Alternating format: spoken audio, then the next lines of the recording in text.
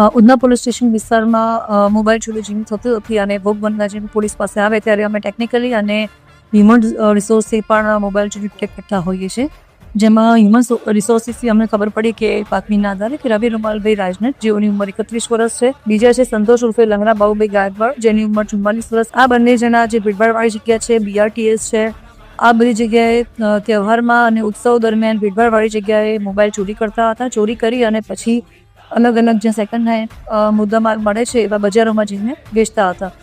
વર્ષ પહેલાં જે ધીરેજ રવિન્દ્રભાઈ ઝોપે છે, જેમની ઉંમર 25 વર્ષ છે, જેઓ એન્જિનિયર છે અને જેઓ એરલાઇન્સ કંપનીમાં જુનિયર એન્જિનિયર તરીકે છેલ્લા 1 વર્ષથી સુરત સિટીમાં જોબ કરે છે, એમના કોન્ટેક્ટમાં આ ત્રણેય જણા એકબીજાના કોન્ટેક્ટમાં આવી અને જે સેકન્ડ હેન્ડ માર્કેટ છે ત્યાંથી મોબાઈલ લેવાના, એના સ્પેર પાર્ટ્સ અલગ કરવા, મધરબોર્ડ અલગ કરવું અને એનું વેચાણ કરતા હતા.